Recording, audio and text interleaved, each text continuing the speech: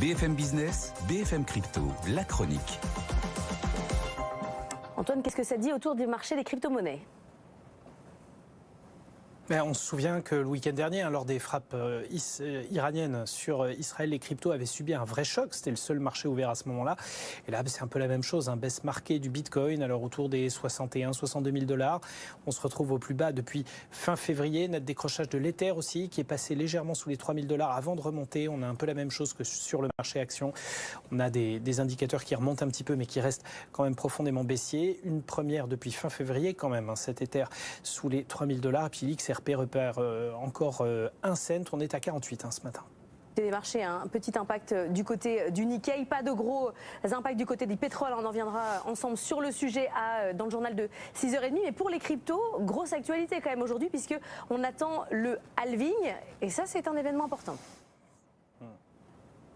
Oui, on le rappelle, cette opération qui a lieu environ tous les 4 ans, très exactement, tous les 210 000 blocs de Bitcoin validés sur la blockchain. Il s'agit en fait de diviser par 2 le nombre de Bitcoin émis comme récompense au travail des mineurs, ceux qu'ils fabriquent en validant les transactions effectuées sur le réseau. Ça, mathématiquement, ça veut dire une activité de minage de moins en moins rentable, et on voit que les dynamiques à ce sujet n'étaient pas très encourageantes à ce niveau. On en parlait encore hier au sujet des grands mineurs cotés à Wall Street. Activité moins rentable, donc on mine moins de Bitcoin, ils deviennent mathématiquement plus rares sur le marché, et résultat, ça participe à un soutien actif au cours.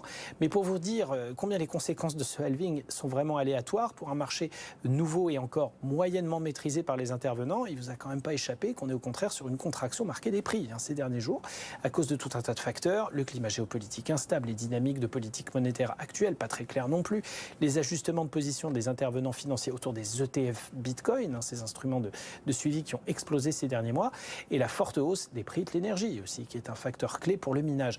La plupart des analystes s'accordent à dire qu'on devrait passer un week-end sans trop de volatilité, pas mal de ce halving étant déjà pris en compte dans les cours.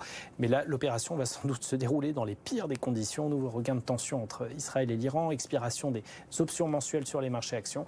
Là, honnêtement, il va falloir être vigilant.